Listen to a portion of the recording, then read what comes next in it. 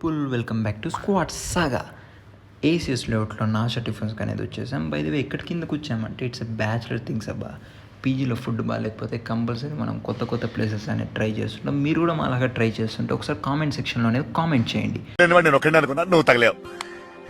యాంబియన్సే కాదు, యాంబియన్స్ తగినంత ఫుడ్ కూడా బాగుంటుంది.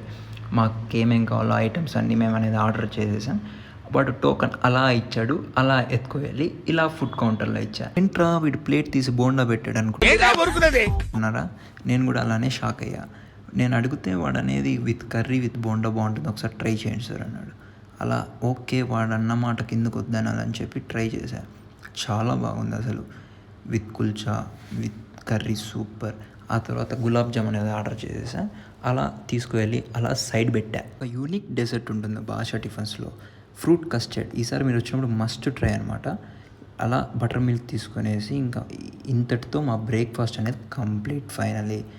ఇంకా వచ్చే వీడియోతో కలుద్దాం. See you, bye bye.